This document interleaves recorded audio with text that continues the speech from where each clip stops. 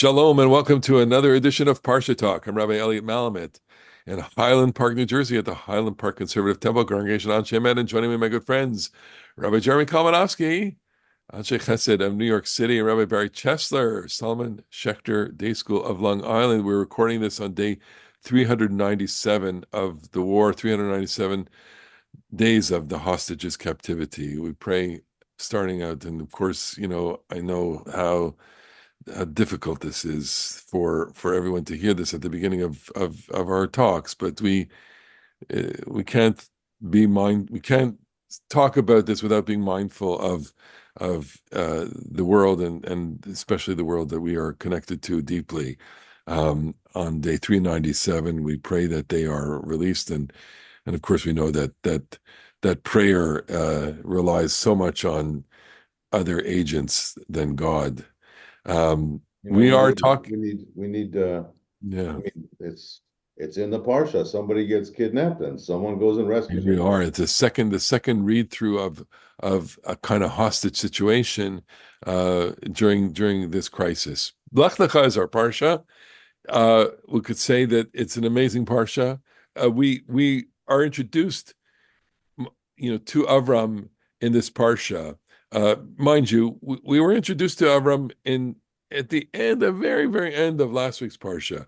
So we have to kind of sift out what we think is going on here in in in the way that the story is being told. Specifically, this is a question that we're putting on the table, which is at what point does God speak to Avram? Considering the fact that at the end of Lekha, we get the following information, which we've talked about in the past, just in terms of the family dynamics of Avram. First, back at chapter 11, verse 28, 20, we get the genealogy of Terah. Terah has three sons, Avram, Nahor, and Haran. And Haran has Lot, and it says Vayamad Haran. Haran dies, Al Pnei Terach Aviv, which in the past we've talked about this. This is really one of the great crises in the story that is hardly noted, but really significant. And then Vaikach Avram Nachor, they have wives. Avram and Nachor have wives. Avram's wife is Sarai, and Nachor's wife is Milcah. We're going to meet Milcah in next week's parsha. And then we know that Sarah is not able to have children. Verse 31, Vayikach Terach et Avram bano. Terach takes his son Avram, Ved Lot ben Haran, and Lot, the son of Haran, ben Beno, and Sarai, Kalato, his daughter-in-law, Eshet Avram beno, the wife of his son Avram, and they go, Vayitzu itam meur kasdim lalechet arza Canaan, and so they already go on this journey to Canaan. So the question then is, how do we make sense of the first words of this week's parsha, which is God speaks to Avram saying, Lekh lecha me'artzecha me'moladecha me'beit avicha, go forth from your land, from your birthplace, from your father's household to the land that I will show you. So, I mean, if we're going to Zapruder this, frame by frame analysis of, where do we think God speaks to Abraham? Is God speaking to Abraham in Ur Kasdim? Is God speaking to Abraham in Haran, in the birthplace, back in the ancestral land, or is he speaking to him somewhere on the way? And more generally, what does it say about how we interpret the text? And maybe that's the easier question. Or Okay, so what I would suggest is that this is a literary move. That at the end of last week's Parsha, when Avram is first introduced and makes it as far as Haran, this comes at the end of a sequence of genealogies from Arpachshad, the son of Noah, down to Avram. And that's an ending story. It's a finishing. And Lech Lecha wants to make the journey the beginning. And I gave a Devar Torah yesterday at our in-service, and I suggested that this command is actually the beginning of the Jewish people. It's our first Jewish memory. And I think that what the Torah is trying to do is emphasize that this is a beginning of something new. Whatever came before is over and done with. even though the people are the same. We have Avram and Lot and Sarai and Milk, I guess, who are going to continue on. But this is something new. So And what are you saying that our story begins with breaking away, with disjunction, with a kind of cleavage, with separation, with yeah, that's the first verse. You have to leave everything behind you because what you're going to do now is something new. And I think the key part is that he's on a journey to the land I will show you. At the end of last week's Parsha, he was on a journey to Eretz Canaan, which was not the land that God would show him. It just happened to be their destination. But now it's a divine destination. And one of the things I was thinking about while I was preparing today is that Buber places great emphasis on the God of Breshit as a leading God, that God is the one who leads his people. And I think that becomes very clear in our Parsha and has not been so clear in the two Parshiot that began Breshit.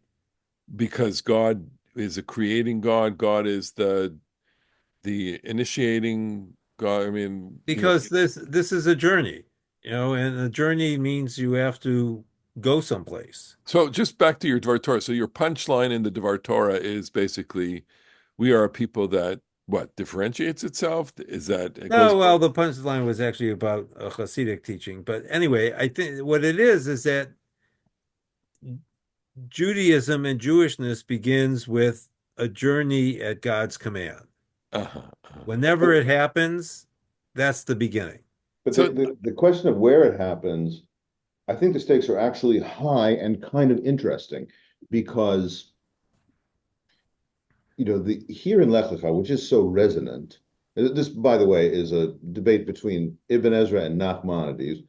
Nachmanides, we really have to thank him for our way of reading the Bible because the way he typically writes is Rashi says this, Ibn Ezra says this, and here's what I say, and he argues with them, and that's the way I think we tend to read our Mikraot Gedolot. Uh, Ibn Ezra says that this was already, in Or Kasdim is when he gets this. Lekh lecha me'artzecha mimoladetcha, that is his birthplace. That is his ancestral homeland, I guess. And go to the land I will show you. That's already the original command. But because of the verses that you read, Elliot, Nachmanides says, well, that doesn't make any sense because it's in chapter 11 that Terah has a part of this story. And clearly Terah is kind of the leading figure in the first part of the journey. It says, because Terah not just went, he took Abraham, he led Abraham. So I would say, this is maybe a little bit more spiritual hoo-ha than is likely to emerge from an ancient text like this. I would say that mission is kind of unfolding, and the divine message that you get, maybe it's not chronologically tied. That when I was back in Ur Kasdim, God told me this, and therefore I did this following 5 steps. Maybe it's I've been part of this journey with my family, including the family that is not going to succeed in the journey, because Terah makes it as far as Haran and he stops there. But Abraham's got another step. And so when Abraham retrospectively tells the story, or when the story is told about the whole sweep of Abraham's life, it includes the parts that weren't his initiative. And yet he looks back over them and hears God's voice saying, leave, leave, leave, and I will lead you to someplace new, and you will be a blessing. so I'm inclined, in Jeremy's direction only because it's easy to say, well, it's complicated. It's complicated, We but say it all the time. it's all the time. And it usually is complicated. It's complicated, but what makes it really complicated is that what that last part of chapter 11, Parshat Noach, tells us is that there's a whole family story going on. There's a family saga here, and in the past I've tended to look at Terah as a kind of mini Noach, right? And Terah is like Terah is 10 generations from Noach. And Terah has 3 sons. Noach has 3 sons. Noach is Shem, Ham, and Yafet. Terah has Avram, Haran, and Nachor, or Avram, Nachor, and Haran. And Terach's so Noach's sons inhabit Europe, Asia, and Africa, and so Terach's sons are supposed to inhabit northern, the northern Levant, Canaan, and eventually where Lot ends up is in Jordan, okay, or in the Jordan Plain. In other words, three little, you'll excuse the Canadian expression, provinces, three provinces, as opposed to three continents. Okay, I know we have a couple of Canadian viewers, listeners here. Big shout out. Okay, so instead of the three regions, the three continents, you have three provinces that are going to be so, except for the fact that Haran dies and he's left with Lot, and so there's a migration that's going on to found. It's actually focused on Terah. I mean, it's literally focused on Terah, but there's a rupture in the story, and then it goes to Avram, and that's what God wants. To speak for God for a second. We all do at times. But I God, want to add something. wait. God Sorry. wants blessing to be in the world, and Terach wasn't good enough. So, That's what I'm saying. so what we're supposed to take from the end of last week's Parsha is that Eretz Canaan is Terach's destination. Yeah. That's why they get up and go. Yes. Terach says, boys, we're moving. And he leads them. But in Avram's story, they're not going to Eretz Canaan. They're going to the land that God will show you. Yeah. Okay. And So so Terach is content to stop at Haran because his destination is not necessarily the end goal.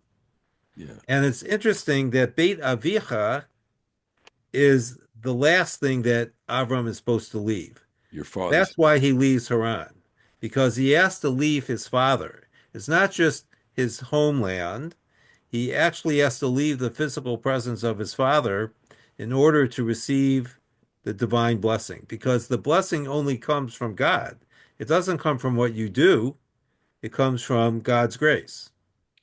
So this is his differentiation from everything, both Yeah. in terms of his or ethnic origins, and his familial origins and his geographic origins. Okay. But as we said before, I mean, that's not exactly the true story.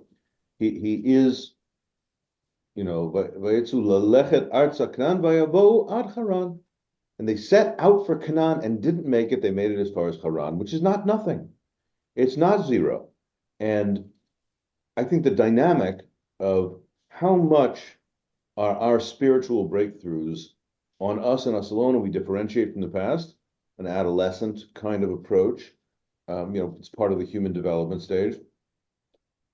And how much are intertwined with those.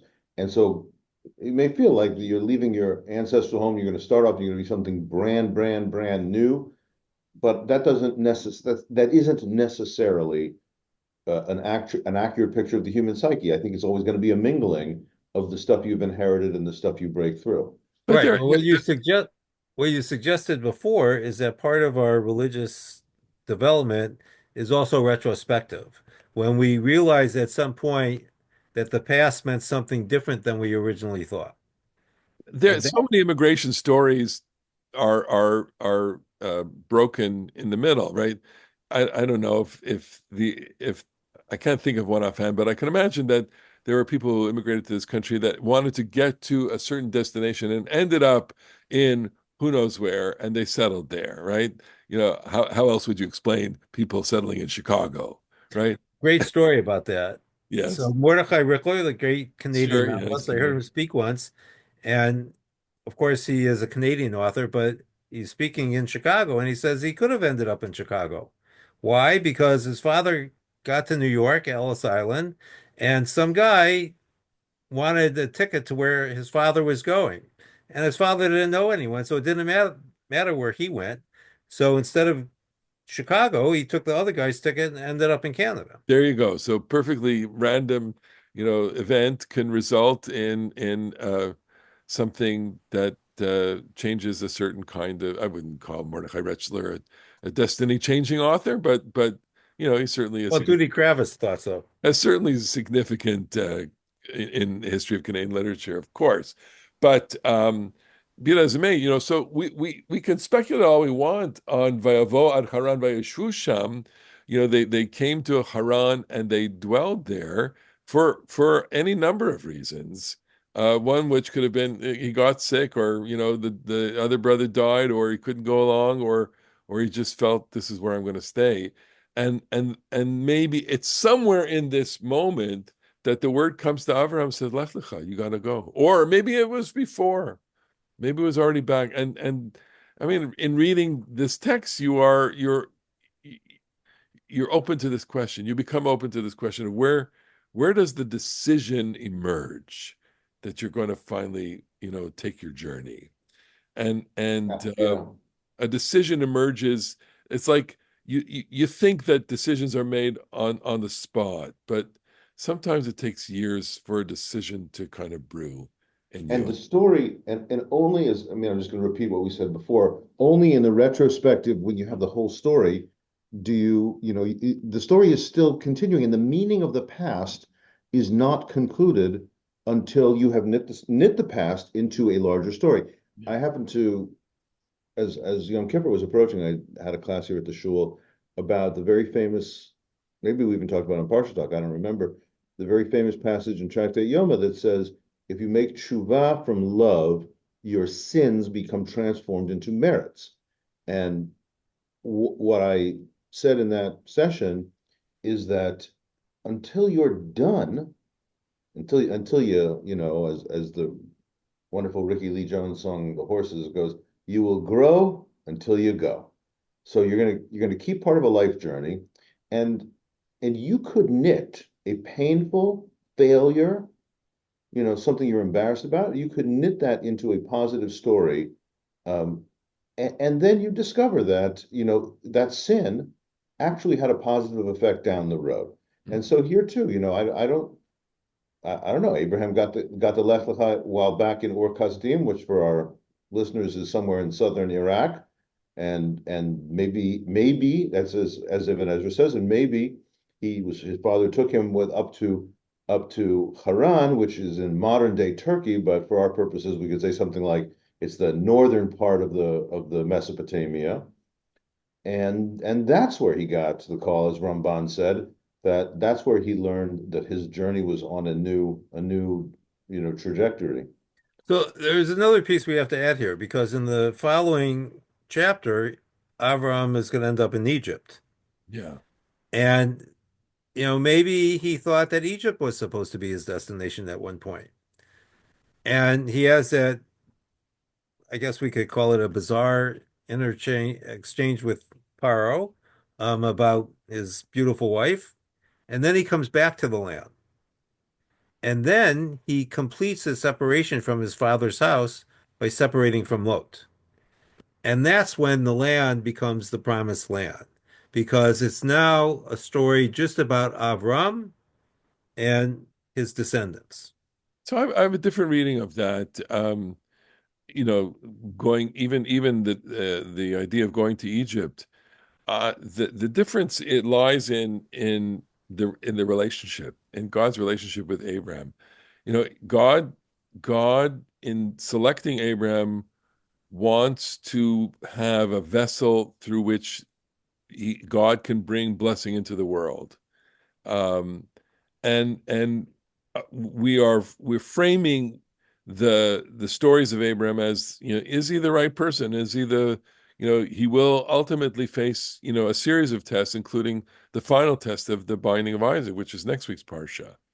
But if you plot out the times that God speaks to Abraham, uh, and then match it with the dead air, right?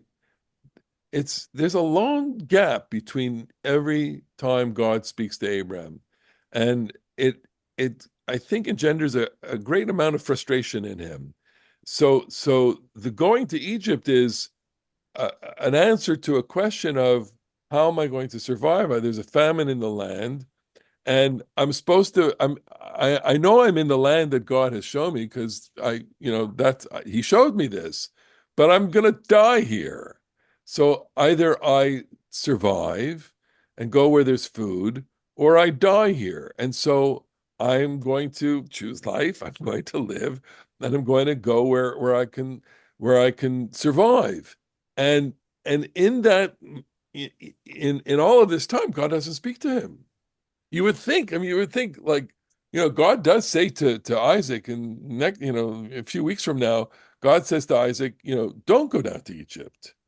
But God doesn't say that to Abraham. And I'm always struck by the fact that Abraham is really looking for God. And God has spoken to him, and God has promised him tremendous things. Right, but And he Abraham, wants to respond, and God doesn't respond to him. because Abraham also doesn't know anything about God. He's the first person, we think, that God has communicated to in this way, and he has no one to compare notes with. Yeah, but doesn't that make him somewhat extraordinary that he will rely on what he hears from God and he will do it Yeah, without necessarily having to, like, he will argue with God later, and he will, but he just does it because maybe I disagree with you in the sense that he you know he does have some intuition as to what God is, doesn't he? You know, right, but he doesn't know his patterns of communication. He okay, doesn't know when God is available for a conversation or a right. direction. Well, the ambiguous to the land that I will show you could mean anything. Now, it is true that later on in chapter 12, God does appear to him and says, Lazaracha tenet haaretz hazot, to your descendants, I'm going to give this land. So you're here. But the famine, you'd kind of think that the famine would undermine his confidence that he's in the right place, just as the childlessness undermines his confidence that this breed with God is actually going to come to fruition, so to speak, because he ain't got no fruit. And he says, "Ani olech ariri." I come on, buddy. I haven't. You've been promising me all kinds of stuff, and I have to, as you correctly said, I have to survive because I can't stay here and wait to die.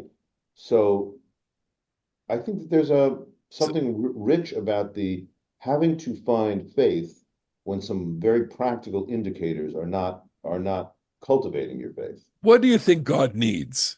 Okay. Like if you were God and you were testing a person to be, I mean, would you have them write the SAT? Would you have them, what would Well, what's interesting is that Avram, or Abraham, I guess we could call him now, is tested multiple times. And perhaps that was the mistake with Noah. Noah was given a simple command, perhaps, to build an ark, and he did, apparently oblivious to the fate of the rest of humanity. And if you only have one test and you fail, then you're bad at zero. When you have multiple tests, you can still get a passing grade, even if you don't pass them all. Yeah. But Avraham passes them all. That's what makes him so distinguished. The best, if you're a pinch hitter and you only come up to bat one time, that's it. But if you're a starting player, you'll bat all the time, and if you hit 333, you're an all-star. I've always thought that the idea of pass fail on these tests may not be the idea, that these are he because it leads us to the question of next week's parsha, which is, well, did he pass the test of the Akedah? And we'll debate that one. I mean, it's whatever the test, was he supposed to do it? Was he not supposed to do it? And is objecting to doing it, passing the test, or is not is going all the way, passing the test? I don't know. Maybe it's like we all go through challenges in life and ordeals in life, and here here is the central challenge of his life right now, which is I'm uprooting myself from I'm going to be an immigrant, okay? That leave everything behind. That's a challenge. Lots of failures, quote unquote, in that challenge. Lots of things that you learn, and lots of anguish and pain in that. Lots of excitement and discovery. Survival is a big challenge. Do I stay in the land that God tells me, or do I save myself? And what does God want of me? And to me, the question that I think I want Abraham to be asking throughout this whole time is, so what does he want? What does he want? He's promising me children. I have no children. He's promising me nations. My wife is, I'm 75. She's 65. Go. let's go start there, right? And I only have my nephew, and she's got we have Hagar later on, who is a handmaid, and she says, Sarah says, go, father a child with Hagar, and he goes, Okay. okay, okay, no problem, Wait, right? who's playing Hagar in this? Really, so I mean, he's got to be wondering here throughout the whole time, and I think he does. Uh, what's the limit here? And so let's go into the story that we really never get to, which is the story of the little war, Amraphel, the four Well, it's kings a versus big war. five. It's a big There, war. there are 9 kings involved. Okay, four versus five, the kinglets, okay? And they all have their little domain, and Avram gets Lot gets captured in this battle. He is the hostage, as we said. And who wants to pick it? We have the word Aner here, which is, of course, Aner is a name that is familiar was to us from Hirsch's one of the friend hot who was gold. in the Migunit with him. Yes. Well, and then so we had a question about the way God is referred to. Well, why don't we just go to Well, that? this is a tremendously interesting passage. There's a lot of reasons why it's so interesting. One of the main ones is people who read the Bible know that it's a reasonable but not correct assumption to think that every textual unit coheres with every other one. This one seems like a cut and paste job. It doesn't seem to tell the same story. It speaks about Abraham differently. It calls him a name that we otherwise don't really know, Abraham Ha'ivri, the Hebrew. And we've got these a little bit of intrigue between these small-time kingdoms from Mesopotamia, or I guess they're bigger kingdoms from Mesopotamia, and the small-time rebels here in Canaan who are vassals, and they don't want to be vassals, and then they challenge the big kingdoms, but the big kings kill them.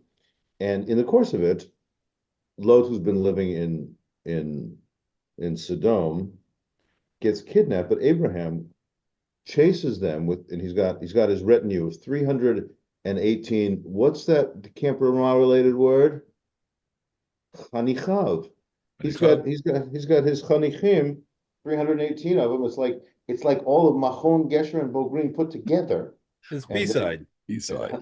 it's all of B-side goes and attacks Mesopotamia. And they Go win. figure how that works out. And he chases them, Mismola Damascus, he chases them north of Damascus, and he gets Lot back. I'm just gonna say that prioritizing Pidyon Shibuyim, very high Jewish value. We should be children of Abraham Avinu and put Started that. there. It started there, and of course there was no negotiation there or whatever. But and They there's went, an inter they get him, and then Abraham brings back the plunder. An ethical guy that he is, or ethical slash maybe excessively independent, says, I am not taking a shoe strap of the spoils of war. I don't want anybody to say that the Sodom people enriched Abraham. This guy's like John Wayne or something like that. I'm not taking a penny from you, but you can feed my men. And he brings them back, and they meet the king of Jerusalem, or the king of Shalem, which would apparently be Jerusalem. This king of Melchizedek, my king is righteous, Kohen El Elyon, and he's a Canaanite, or he's a pagan, or he's certainly not Jewish, but he is the priest of God Most High, and he's seen to be a totally great guy. This is one of the unusual cases in the Torah where not just a non-Israelite, but like a Canaanite, is portrayed in a thoroughly favorable way, and he blesses Abraham, Le El Elyon Kon Hashemayim Va'aretz, to the God Most High, the one who made heaven and earth. And that's a line which finds its way into our liturgy, yeah. which is so cool that like Bilam ben Beor, who says Matovu, and like Melchizedek, who says, El Elyon Kon Hashemayim Va'aretz, which is in the Friday night Amidah. Do we have other ones, non-Jewish figures whose words get made into part of our liturgy? That's a good chidon question, good quiz question. I'll have to get back to you on that. um, but So yeah, what's interesting to point out, though, is that Melchizedek uses this phrase "El Elyon Kodei Shemayim Va'aretz," but when Abraham refers to it, he refers to it as Adonai El Elyon Kodei Shemayim Va'aretz. That's who Avram worships.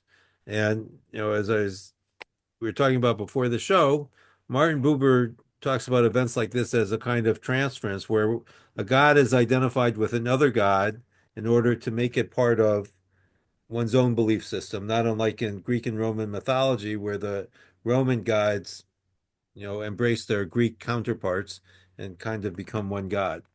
And, for us who are conversant, let's say, with biblical criticism, the two things that stand out is, first of all, the use of the word Adonai, which we'll find out in Shemot, um, was not generally used in the Avraham stories, but also that this whole chapter doesn't really fit in with the rest of biblical critical theory.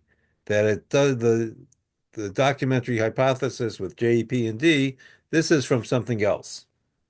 And as Jeremy said, it's hard to figure out what it's doing here. well, it Well, does it well, you're does saying add. you're saying it's not assimilable to the. This is like not a J story or something. No, it's its own thing, according to Oh, Spicer, Ephraim Spicer. wow, that's cool. I didn't know that. Yeah.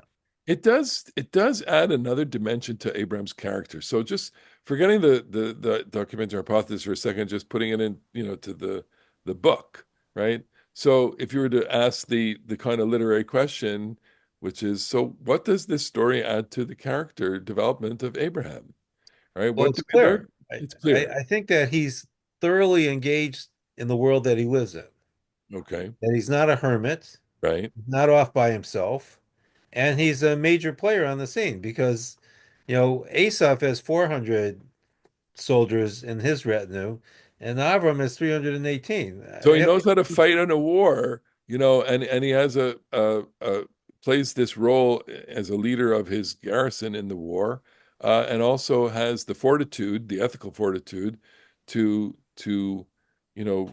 retrieve his nephew. He's out of tremendous loyalty to his nephew, which would be tremendous loyalty to Haran, and these are layers of his character that we're learning here from this story that is a complicated story that we ought not to just kind of ignore. I think it is the I guess if you want to use the critical approach, it's why would the editor have put this story here? I have to go, but And we all but have I to will go. just say I'll just say that the story emphasizes. We talked a little bit before the show about this midrash that it's called Abraham Ha'ivri, the Hebrew, but the midrash makes it that he's on all the world's on one side, Ever Echad, and he's on the other side, Ever Echad. And the story does make Abraham out to be. He's not one of the four vassal. He's not one of the five vassal kings. He's not one of the four Mesopotamian mega It's kings. other. He is a loner. He is a figure who lives in the same place, but he's not necessarily of the same place. But he's also a badass because he with 318 guys, he can Yeah. chase the big kings north of Damascus and come back. You know, he's gonna kick ass and take names. Okay, so he has left his imprint on all of us, and we'll leave it there. Okay, so we want to thank you for watching, for listening. We always appreciate your comments and the attention that you give to this. We've boosted up over 100 views, so it's amazing. And I we thank will, each of you personally. there you go. We're going to see you next week on the next edition of Parsha Talk. Thanks so much for being with us. Shabbat Shabbat Shalom. Shalom. Much shalom.